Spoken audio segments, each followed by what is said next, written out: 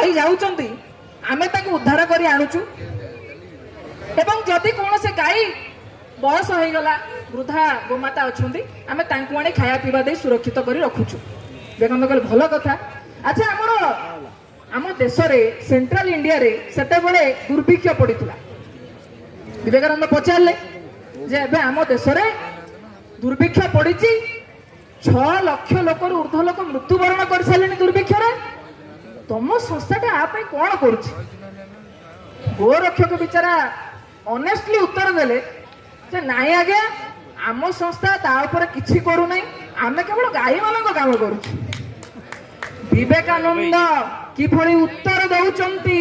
जे जो माने मनुष्य क्षुधारे मरुथिबा बेले तांको सहाय्य करू नाहंती पशु पक्षी को खाद्य देई मानवतार कथा कहउचंती सेमानक प्रति मोर कौनसी समवेदना नाही मु तांको सहाय्य करिबि नाही।